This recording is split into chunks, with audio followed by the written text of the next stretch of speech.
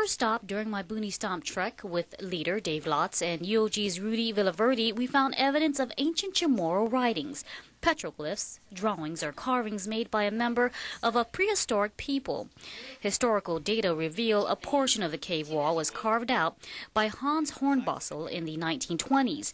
Hornbostel was employed with the Bishop Museum in Honolulu and visited the Marianas. The carved-out section is on display at the Bishop Museum.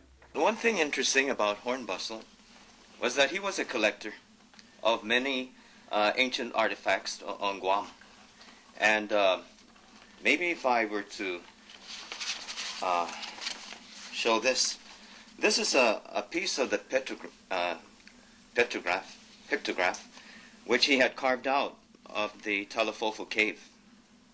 It's the size of a human head, but it's right at this moment on the third floor of the Hawaii Hall at the Bishop Museum in Honolulu.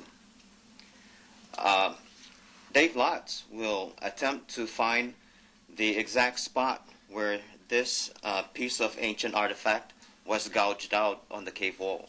And finally, just after we entered the cave and just above, making it easy to miss, we found the area that Hornbostel carved out. How long have they been trying to figure out, or was there any effort made to try to look for what part of the cave it was taken out of? It's been generally documented by Hornbostel and in his notes, and Rudy was very fortunate to be able to get his notes over at Micronesia Research Center, and we had an interesting time going through these caves and found it. Okay. So now what happens next, now that you found it? What happens next? As citizens, I don't believe that we have any standing on what to do next. But the Guam Historical Preservation Office might know what to do next, how to advance forward.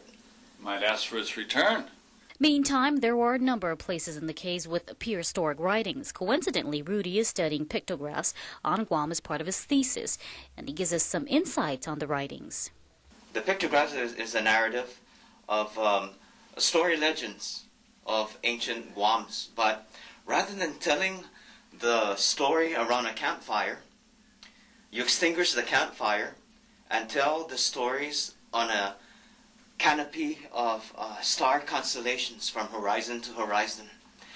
The legends of Guam actually exist up in the heavens in the form of constellations. And as you know, some of these paintings are like depictions of the top of the sky. It's strategically located on the ceiling of the cave wall.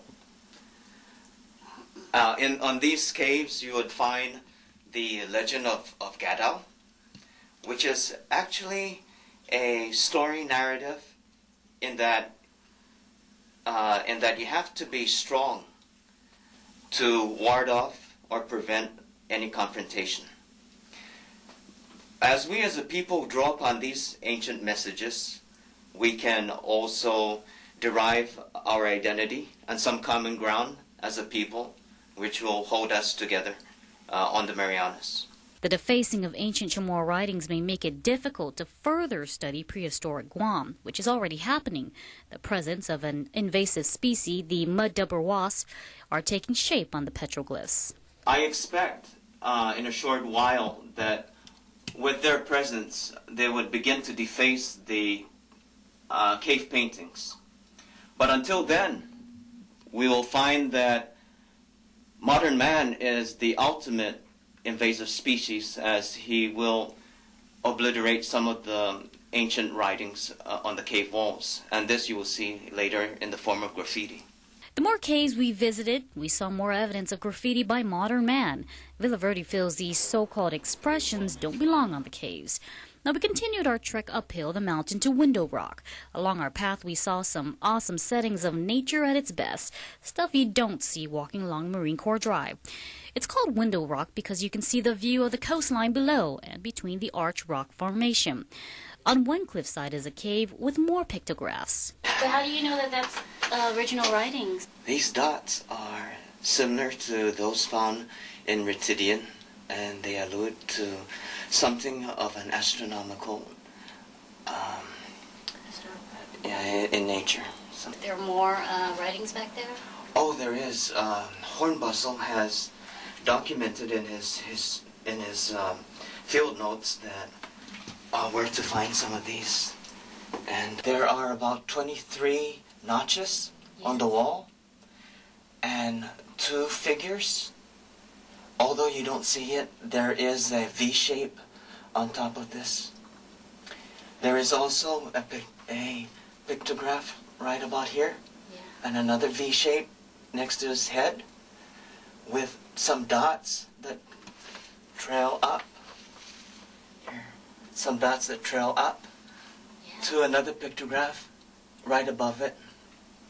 Okay. These are 2 constellations. One is Orion, the other one is Centaurus. They are connected together by a stream of stars called the Milky Way. This is probably the evidence of a stellar event, because the stars, all three caves retain a common theme, from Ritidian to Talofofo cave to Inarahan. And Rosina Iping, an astrophysicist now working for NASA, has made the first connection between these pictographs and stellar constellations. Without going in detail, what this is, in truth, is a story legend, a narrative of Chief Gadao and another chief called Malaguanya. And it's, too involved for me to explain it. But it's, there are 2 constellations that are tied in. And as I have said, legends of Guam in the olden days, the ancient days, are related to the heavens, because as you navigate out in the ocean, that's right, there is nothing but horizon to horizon of ocean. So you only have the stars to relate with.